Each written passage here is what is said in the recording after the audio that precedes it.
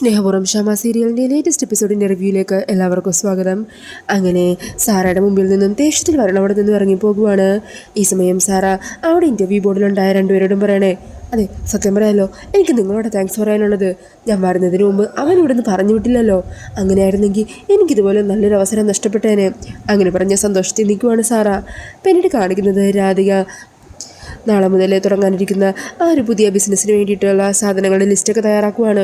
Away പരിപ്പ് എത്ര kilo എഴുതണം? 1 വേണോ അതോ 1.5 വേണോ? നീ നിനക്ക് ഇഷ്ടമുള്ള പോലെ എഴുത്.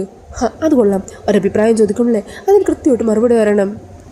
അല്ലാതെ എൻ്റെ ഇഷ്ടം മാത്രം നോക്കിയാൽ മതിയോ? അവൻ മര്യാദക്ക് പറഞ്ഞ്. എന്താണെങ്കിലും നാളെ തുടങ്ങുന്നതല്ലേ ഉള്ളൂ, ഒരു 1.5 എഴുതിയേക്കാം. ഗുഡ്. അങ്ങനെ കറക്റ്റായിട്ട് മറുപടി പറയണം. പിന്നെ കുരുമുളക് ഇഞ്ചിയൊക്കെ ഇവിടെ ഉണ്ടല്ലോ, അപ്പോൾ നമുക്ക് തൽക്കാലത്തെ ആവശ്യത്തിന് അതുണ്ടാവില്ലേ? അതൊക്കെ ഉണ്ടാകും മോളെ. ഇനി അതിലൊന്നും കാശ് കളയാൻ നിൽക്കണ്ട. അത് നമുക്ക് ഇവിടെ ഉള്ളത് തന്നെ ഉപയോഗിക്കാം. ശരി. അപ്പം തൽക്കാലം ഏകദേശം ഇത്രയും സാധനങ്ങൾക്ക് മതിയാവും. നാളത്തേക്ക് 4-5 പേര് ഓർഡർ ചെയ്തിട്ടുണ്ട്. പിന്നെ നാളത്തെ ദിവസം കഴിയുമ്പോൾ കുറച്ചുകൂടി കൂടുതൽ ഓർഡർ കിട്ടും. അന്നേരം ദേവം പറയണേ, എന്നോടും കുറച്ച് പേരൊക്കെ ചോദിച്ചായിരുന്നു, പക്ഷേ ഞാൻ അവർക്ക് മറുപടിയൊന്നും കൊടുത്തില്ല. അതെന്ത് പറ്റി? നിന്നോട് കൂടി ചോദിച്ചിട്ട് കൊടുക്കാമല്ലോ എന്ന് വിചാരിച്ച്. അച്ഛനോട് ചോദിക്കുന്നവർക്കൊക്കെ ഓക്കെ പറഞ്ഞോളൂ. എത്ര പേര് വന്നാലും കുഴപ്പമില്ല.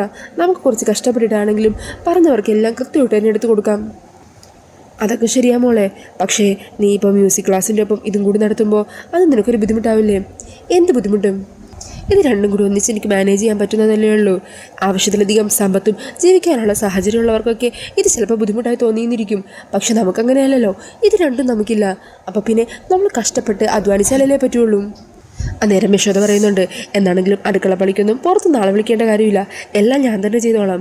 അത് കേട്ട് രാധിക പറയണേ, അല്ലെങ്കിലും അത് അമ്മ തന്നെ ചെയ്യണം. ഞാനേ എല്ലാത്തിനും ഒരു മേൽനോട്ടക്കാരി മാത്രമാണ്. ഉപ്പ് കൂടുതലാണോ പുളി കൂടുതലാണോ എന്നുള്ള കാര്യമൊക്കെ പറഞ്ഞു തരാം. ബാക്കി മുഴുവൻ ജോലിയും ചെയ്യേണ്ടതേ അമ്മയുടെ ഉത്തരവാദിത്തം.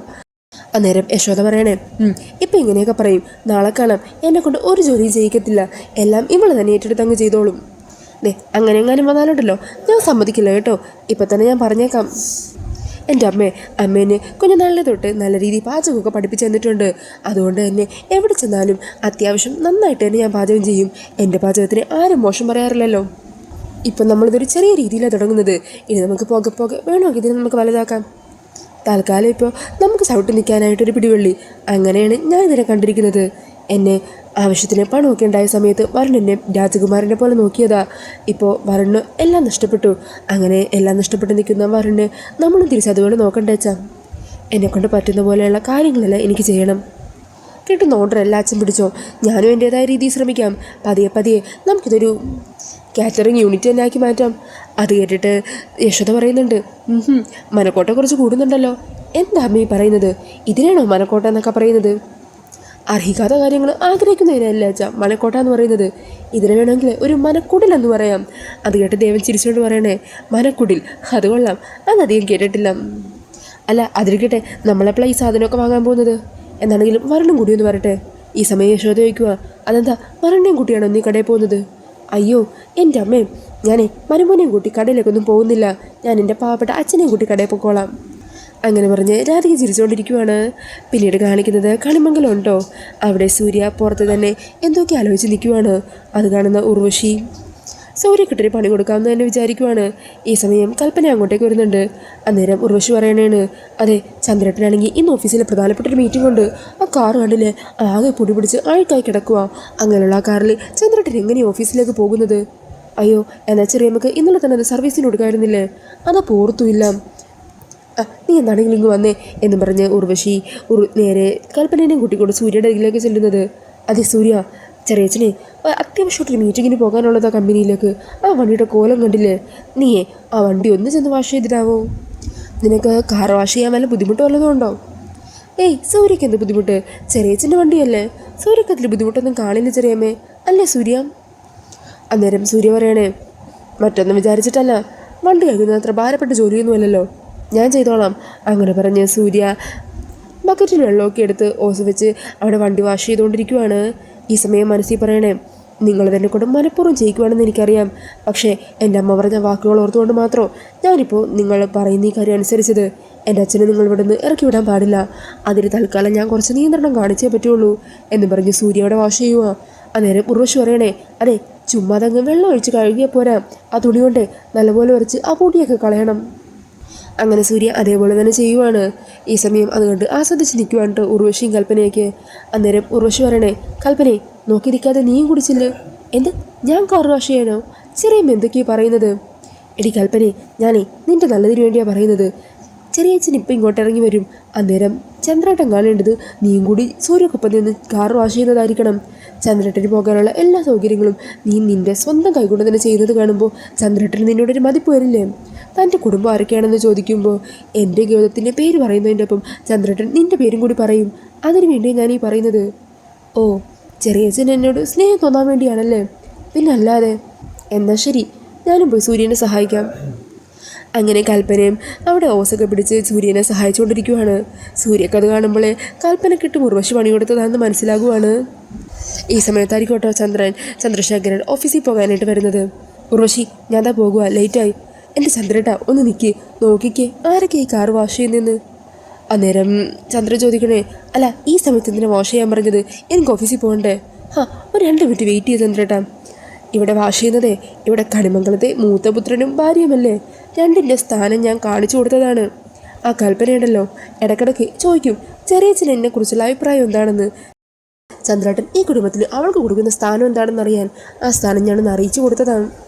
അങ്ങനെ രണ്ടുപേരും ആ കാഴ്ച കണ്ട് ചിരിച്ചുകൊണ്ട് നോക്കി നിൽക്കുവാണ്. ഈ സമയം സൂര്യ കൽപ്പനയോട് പറയുന്നുണ്ട്, കൽപ്പനെ, ഇപ്പോൾ നിന്നെ ചെറിയമ്മ കാണുന്ന സ്ഥാനം എന്താണെന്ന് നിനക്ക് മനസ്സിലായല്ലോ. അവർ നിന്നെ കൊണ്ടും എൻ്റെ ഒപ്പം ഈ ജോലി ചെയ്യിക്കുന്നില്ലേ? അന്നേരം കൽപ്പന പറയണേണ്, സൂര്യ വിചാരിക്കുന്ന പോലെയൊന്നും അല്ല കേട്ടോ. സൂര്യ കാണുന്നത് പോലെയല്ല ചെറിയമ്മയും ചെറിയച്ഛനൊക്കെ എന്നെ കാണുന്നത്. അതുകൊണ്ട് അക്കാര്യം ഓർത്ത് സന്തോഷിക്കാൻ നിൽക്കണ്ട. ചെറിയച്ഛന് വേഗം പോകാനുള്ള കാരണം ഞാനും കൂടി സഹായിച്ചതേ ഉള്ളൂ. എടി കൽപ്പനെ, നിനക്കിപ്പോൾ ഒന്നും മനസ്സിലാവില്ല. അധികം വൈകാതെ ചെറിയമ്മയുടെ തനി സ്വഭാവം എന്താണെന്ന് നീ മനസ്സിലാക്കാൻ പോകുന്നേ ഉള്ളൂ. അപ്പം നിനക്ക് ഞാൻ പറഞ്ഞ കാര്യങ്ങളൊക്കെ ഓർമ്മ വരും. അങ്ങനെ കാറൊക്കെ കഴുകി കഴിഞ്ഞിട്ടും ചന്ദ്രശേഖരൻ അങ്ങോട്ടേക്ക് എത്തുവാണ്. അന്നേരം ഉർവശി വരണേ, കണ്ടില്ലേ ചന്ദ്രേട്ടാ, സൂര്യ കാറൊക്കെ കഴുകിയത്. അതെ, ഇനി ഇതിൻ്റെ പേരിൽ കാർ കഴുകിയതിൻ്റെ സന്തോഷത്തിൽ കൂലിയൊന്നും കൊടുക്കാൻ നിൽക്കല്ലേ. ഇത് നമ്മുടെ പയ്യനല്ലേ. അല്ലെങ്കിൽ ചന്ദ്രേട്ടനാണെങ്കിൽ ആർക്കാണെങ്കിലും മനസ്സറിഞ്ഞ് അവരെന്തെങ്കിലും ചെയ്യുന്നത് കണ്ട എന്തെങ്കിലുമൊക്കെ സന്തോഷം കൊണ്ട് കൊടുത്തു പോകും. ചന്ദ്രേട്ടൻ്റെ സ്വഭാവം അതാണല്ലോ. എന്നാൽ ശരി ഉർവശി, മീറ്റിങ്ങിന് സമയമായി. അങ്ങനെ പറഞ്ഞ ചന്ദ്രശേഖരൻ അവിടെ നിന്നും പോകുവാണ്. അങ്ങനെ കൽപ്പനയും ഉർവശിയും കൂടി അകത്തേക്ക് കയറി പോകുന്നുണ്ട് കേട്ടോ. ഈ സമയം ഉർവശി പറയുന്നുണ്ട്, കൽപ്പനെ, നീ അവിടെ കാർ കഴുകിക്കൊണ്ടിരുന്ന കാഴ്ച കണ്ടപ്പോൾ ചന്ദ്രേട്ടൻ എന്താ പറഞ്ഞതെന്നറിയോ? നീ ഈ കുടുംബത്തിൻ്റെ വിളക്കാണെന്ന്. വിളക്കോ? അല്ല, ഈ നിലവിളക്കം കൊണ്ട് കയറി വരുന്ന കാണുമ്പോഴല്ലേ അങ്ങനെയൊക്കെ പറയുന്നത്? അതൊക്കെ പണ്ട്, ഇപ്പോൾ കാർ കഴുകുന്നത് കണ്ടാലും പറയുമെന്നേ എന്നും പറഞ്ഞ് ഉർവശി അവിടെ നിന്നും പോകുവാണ്. ആ കാര്യത്തെക്കുറിച്ച് തന്നെ ആലോചിച്ചവിടെ സംശയത്തോടെ നിൽക്കുവാണ് കേട്ടോ കൽപ്പന. പിന്നീട് കാണിക്കുന്നത് പ്രിയങ്കയും സുകുമാരിയും കൂടി പ്രൊഡക്ഷൻ കൺട്രോളറായിട്ട് തർക്കിക്കുന്നതാണ്. എന്ത് തന്നെ പറഞ്ഞാലും ശരി, എൻ്റെ മോളെ അവൾ തല്ലുന്ന സീൻ എൻ്റെ പൈസ കൊടുത്ത് അങ്ങനെ ഷൂട്ട് ചെയ്യാൻ എനിക്ക് താല്പര്യമില്ല. ഞങ്ങളതിൽ സമ്മതിക്കുകയില്ല. ഈ സമയം അവരെ പറഞ്ഞ് കാര്യങ്ങൾ പറഞ്ഞ് കൺവിൻസ് ചെയ്യാൻ ഡയറക്ടർ അങ്ങോട്ടേക്ക് വരുവാ. പ്രിയങ്കയ്ക്ക് അറിയാവുന്നതല്ലേ ഷൂട്ടിങ്ങിൻ്റെ കാര്യങ്ങളൊക്കെ. വില്ലത്തി നായിക അടിക്കുന്ന ഒരു ഇമ്പോർട്ടൻ്റ് ആയിട്ടുള്ള ഷൂട്ടാണ്. അതെങ്ങനെയാണ് മാറ്റാൻ പറ്റുക? അത് സ്ക്രിപ്റ്റിൽ നിന്ന് ഒഴിവാക്കാനും പറ്റാത്തതാണ്. കഥയുടെ ഇമ്പാക്റ്റ് അത് മാറ്റിക്കളയും. അതുകൊണ്ട് തന്നെ എൻ്റെ സ്ക്രിപ്റ്റിൽ ഇങ്ങനൊരു ചേഞ്ച് വരുത്താൻ എന്നെക്കൊണ്ട് പറ്റില്ല. അങ്ങനെയാണെങ്കിൽ ഈ ഷൂട്ടിംഗ് നടക്കില്ല എന്ന് സുകുമാരി തറപ്പിച്ച് പറയുവാണ് കേട്ടോ. ഈ സമയം ദേഷ്യം വന്ന് ഡയറക്ടർ അങ്ങോട്ടേക്ക് മാറി നിൽക്കുക. അവരോട് എത്ര പറഞ്ഞിട്ട് കേൾക്കുന്നില്ല. ഇതിനെക്കുറിച്ച് വലിയ വിവരമുണ്ടോ ആ തള്ളക്ക് എന്നും പറഞ്ഞ് ഡയറക്ടർ അയാളുടെ കൂടെയുള്ളവരോട് സംസാരിച്ച് നിൽക്കുവാണ്. ഈ സമയം മുത്തശ്ശി പ്രിയങ്കയോട് പറയണേ, എടി ഈ ഷൂട്ടിംഗ് ഒക്കെ നിർത്താൻ നേരത്ത് ഒരു ഡയലോഗ് അറിയില്ലേ? അതെന്താ? പാക്കപ്പ് എന്നും പറഞ്ഞ് മുത്തശ്ശി ഉറക്കെ വിളിച്ച് പറയുവാണ്. പിന്നീട് കാണിക്കുന്നത് രാത്രിയിൽ ഇൻ്റർവ്യൂവിൽ നടന്ന സംഭവങ്ങളെക്കുറിച്ചൊക്കെ വരുൺ രാധികയോട് പറയുന്നതാണ്. സത്യം പറഞ്ഞാൽ അത്രയും നേരം ഞാൻ പ്രതീക്ഷയോട് നിന്നതാ. അവർ കയറി വന്നതും എല്ലാം നശിച്ചു. അതിലും ഭേദം അവർ വരുന്നതിന് മുമ്പേ ഇൻ്റർവ്യൂവിൽ സെലക്ട് ആകാതെ പുറത്തേക്ക് പോകുന്നതായിരുന്നു. അതായിരുന്നു ഇതിലും നല്ലത്. ഇതവരാണെങ്കിൽ എന്നെ മനഃപൂർവ്വം അപമാനിക്കാൻ വേണ്ടി ഓരോന്ന് പറഞ്ഞുകൊണ്ടിരിക്കുമായിരുന്നു. മടുത്ത് രാധികെ. സാരമില്ലെന്നേ, ആ ഒരു കമ്പനിയിലെ ഇൻ്റർവ്യൂവിൽ അങ്ങനെ ഒരു കാര്യം ഉണ്ടായി, അത് പോയി. സാരമില്ല, നമുക്ക് അടുത്ത് നോക്കാം. ഇനി എല്ലാ കമ്പനിയിലും അവർക്ക് ഇതുപോലെ സ്വാധീനം ചെലുത്താൻ പറ്റില്ലല്ലോ. എൻ്റെ പ്രതീക്ഷകളൊക്കെ നഷ്ടപ്പെട്ടു രാധികെ. എല്ലായിടത്തും ചെല്ലുമ്പോഴും ഓരോ തടസ്സങ്ങളാണ്. എനിക്കറിയില്ല എന്താ ഇനി ചെയ്യേണ്ടതെന്ന്, എങ്ങനെ ഈ പ്രതിസന്ധി തരണം ചെയ്യുകയെന്ന്. അന്നേരം രാധിക വരണേ, മരണിങ്ങനെ സങ്കടപ്പെടാതിരിക്കുക. എന്താണെങ്കിലും നാളെ മുതൽ കാറ്ററിങ്ങിൻ്റെ ബിസിനസ്സും നമ്മൾ സ്റ്റാർട്ട് ചെയ്യുന്നുണ്ടല്ലോ. മാത്രമല്ല സംഗീത ക്ലാസ്സും ഉണ്ട്. അത്യാവശ്യം നമുക്ക് അതൊക്കെ കൊണ്ട് പിടിച്ചു നിൽക്കാൻ പറ്റും. അതുകൊണ്ട് വരുന്ന സാവകാശത്തിന് ഒരു ജോലി കണ്ടെത്തിയാൽ മതി. എടാ രാധികെ, താനിങ്ങനെ കഷ്ടപ്പെടുന്നത് കാണുമ്പോൾ എനിക്കങ്ങനെ വെറുതെ ഇരിക്കാൻ തോന്നുന്നില്ല. മ്യൂസിക് ക്ലാസ്സും ചെറിയ രീതിയിലാണെങ്കിൽ കൂടി ആ കാറ്ററിംഗ് യൂണിറ്റൊക്കെ ആയിട്ട് താൻ കൂടുതൽ കഷ്ടപ്പെടുകയല്ലേ? അതൊക്കെ എനിക്ക് വേണ്ടിയല്ലേ? അതോർക്കുമ്പോൾ എനിക്കങ്ങനെ വെറുതെ ഇരിക്കാൻ പറ്റുമോ? നിങ്ങൾ മാത്രമുള്ളപ്പോഴായിരുന്നെങ്കിൽ ഒരു കുഴപ്പമില്ലായിരുന്നു. എന്നാൽ ഇപ്പോൾ ഞാനും കൂടിയുള്ള കാരണം എനിക്ക് ഒരു കുറവുണ്ടാകരുതെന്ന് താനും തൻ്റെ അച്ഛനും ഒക്കെ വിചാരിക്കുന്നത്. അതിനുവേണ്ടിയാണ് നിങ്ങളിങ്ങനെ കഷ്ടപ്പെടുന്നത്. സത്യം പറഞ്ഞാൽ ഞാൻ നിങ്ങൾക്ക് എല്ലാവർക്കും ഒരു ഭാരമാകുവാണല്ലേ. അതേക്കുന്നത് രാധിക വരണേ, ഇത് വരണേ, ഇങ്ങനെയുള്ള കാര്യങ്ങളൊന്നും പറയുന്നത് എനിക്കിഷ്ടമല്ല. വരണേ എങ്ങനെയാണ് എനിക്ക് ഭാരമാവുന്നത്? എനിക്കൊന്നുമില്ലാതിരുന്നപ്പോഴും ഞാൻ അനാഥയാണെന്ന് അറിഞ്ഞിട്ടും വരണ എന്നെ ഇഷ്ടപ്പെട്ടതല്ലേ, എന്നെ വേണമെന്ന് വാശി പിടിച്ചതല്ലേ, എല്ലാ പ്രതിസന്ധികളിലും എന്നെ നെഞ്ചോട് ചേർത്ത് നിർത്തിയാളല്ലേ. അങ്ങനെയുള്ളപ്പോൾ വരണൊരു പ്രതിസന്ധിയോ പ്രശ്നം വന്നാൽ കൂടെ നിൽക്കേണ്ടതാരാ? ഞാനല്ലേ. അതെൻ്റെ ഉത്തരവാദിത്വമല്ലേ. അതെങ്ങനെ എനിക്കൊരു ഭാരമായിട്ട് തോന്നുന്നത്? കുറച്ച് വൈകിട്ടാണെങ്കിലും വരണ നല്ലൊരു ജോലി തന്നെ കിട്ടും. അതിലൂടെ വരണിങ്ങനെ വളർന്നു വന്ന് നമ്മൾ നഷ്ടപ്പെട്ടതെല്ലാം നമ്മൾ തിരിച്ചു നേടിയിരിക്കും. എനിക്കെൻ്റെ കെട്ടിയവൻ്റെ കഴിവിൽ നല്ല വിശ്വാസമുണ്ട്.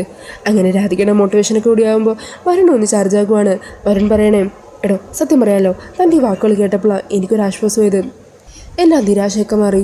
സത്യം പറഞ്ഞാൽ കണിമംഗലത്ത് നിന്ന് ചെറിയച്ഛൻ എന്നെ പുറത്താക്കിയപ്പോൾ താൻ എൻ്റെ കൂടെയില്ലായിരുന്നെങ്കിൽ എന്ത് ചെയ്യുമെന്ന് ആലോചിക്കുമായിരുന്നു ഞാൻ. സത്യം പറയാലോ, ഞാനൊരു വട്ടപ്പൂജയും മാറിയാനേ. തെരുവിൽ ഒരു ഭ്രാന്തനെ പോലെ എന്തെങ്കിലും പിച്ചുകയും പറഞ്ഞ് അലഞ്ഞാനേ. അന്നേരം രാധിക വരണേ, എൻ്റെ വരുണേ ഒരിക്കലും അങ്ങനെ ആവില്ല. വരുണിന് നല്ല ആത്മധൈര്യമുണ്ട്. പിന്നെ കൂടെ നിൽക്കാൻ ഞാനും എന്നും ഉണ്ടാകും. അതുകൊണ്ട് ധൈര്യമായിട്ട് നമുക്ക് ഒന്നിച്ച് എല്ലാത്തിനും നേരിടാം. രാധികയുടെ വാക്കുകളൊക്കെ കേട്ട് സന്തോഷത്തോടെ വരുൺ രാധികയെ ചേർത്ത് പിടിക്കുവാണ്. അങ്ങനെ അവരെ സന്തോഷത്തോടെ നിൽക്കുവാണ്. പിന്നീട് കാണിക്കുന്നത് മുത്തശ്ശിയും പ്രിയങ്കയും കൂടി ഭക്ഷണം കഴിക്കുന്നതാണ്. ഈ സമയം പ്രൊഡക്ഷൻ കൺട്രോളർ അങ്ങോട്ടേക്ക് വരിക. മാഡം, ഞാൻ ആ ഡയറക്ടറോട് വീണ്ടും ഒന്ന് സംസാരിച്ചിട്ടുണ്ട്. എങ്ങനെയെങ്കിലും അയാളുടെ കാല് പിടിച്ചിട്ടാണെങ്കിലും അയാളെ തിരികെ ലൊക്കേഷനിലേക്ക് കൊണ്ടുവരാം. നമ്മുടെ ഷൂട്ടിംഗ് ഇങ്ങനെ മുടങ്ങുന്നത് ശരിയായ കാര്യമില്ലല്ലോ. ഒരു ദിവസത്തെ ഷൂട്ട് മുടങ്ങിയാൽ തന്നെ 2-3 ലക്ഷം രൂപയുടെ നഷ്ടം വരുന്നുണ്ട്. എടോ, തൻ്റെ പൈസയൊന്നുമില്ലല്ലോ, ആ നഷ്ടം ഞങ്ങളങ്ങ് സഹിച്ചു എന്നും കരുതി അവൻ്റെ അഹങ്കാരത്തിനെ കണ്ണും പൂട്ടി അങ്ങ് നിന്ന് തരാൻ ഞങ്ങളെ കിട്ടില്ല. മാഡം, അതുമാത്രമല്ല, നമ്മുടെ പ്രൊഡക്ഷൻ കമ്പനിയിലെ ആദ്യത്തെ സിനിമയല്ലേ, അതങ്ങനെ പെട്ടെന്ന് നിന്നു പോകുമെന്ന് പറഞ്ഞാൽ അത് നമ്മുടെ കമ്പനിയെ തന്നെ ബാധിക്കുന്ന കാര്യമോ? പ്രിയങ്ക മാഡത്തിനും അതൊക്കെ അറിയാവുന്നതാണല്ലോ. ഈ സമയം പ്രിയങ്ക പറയണേ, മുത്തശ്ശി ഇയാളെ പറയുന്നതിലും കാര്യമുണ്ട്. എന്താണെങ്കിലും താനൊരു കാര്യം ചെയ്യും, ആ ഡയറക്ടറോടൊന്ന് സംസാരിക്കും. ഈ സമയം മുത്തശ്ശി വരണേ, അല്ല അതിന് അയാളപ്പോൾ ആ ഷൂട്ട് ചെയ്യാൻ നമ്മൾ സമ്മതമല്ല എന്ന് പറഞ്ഞ കാര്യത്തിന് അനുകൂലിച്ചോ? അയാൾക്കതിൽ എതിർപ്പായിരുന്നല്ലോ. അതിനിപ്പോഴും ഒരു മാറ്റവും ഇല്ല മാഡം. പിന്നെങ്ങനെയാണ് അയാളുമായിട്ട് നമ്മൾ പ്രശ്നങ്ങളൊക്കെ പരിഹരിക്കുന്നത്? അയാളിപ്പോഴും അയാളുടെ അഹങ്കാരത്തിൽ തന്നെ നിൽക്കുമല്ലേ. ഈ സമയം പ്രിയങ്ക വരണേ, മുത്തശ്ശി അത് നമുക്ക് എന്താണെന്ന് നോക്കാം. എന്താണെങ്കിലും ഇയാൾ നാളെ തന്നെ ഡയറക്ടറോട് സെറ്റിലേക്ക് വരാൻ പറയും. അങ്ങനെ പറഞ്ഞു നിൽക്കുന്ന ആ ഒരു സീനൊക്കെ കാണിച്ചുകൊണ്ടാണ് കേട്ടോ എപ്പിസോഡ് തീരുന്നത്. അപ്പോൾ ഈ ഒരു റിവ്യൂ ഇഷ്ടമായിട്ടുണ്ടെങ്കിൽ മറക്കാതെ വീഡിയോ ഒന്ന് ലൈക്ക് ചെയ്യണേ. ഇതുപോലുള്ള കൂടുതൽ റിവ്യൂസിനായിട്ട് ഈ ചാനലൊന്ന് സബ്സ്ക്രൈബ് ചെയ്തും കൂടി സപ്പോർട്ട് ചെയ്യണേ. താങ്ക്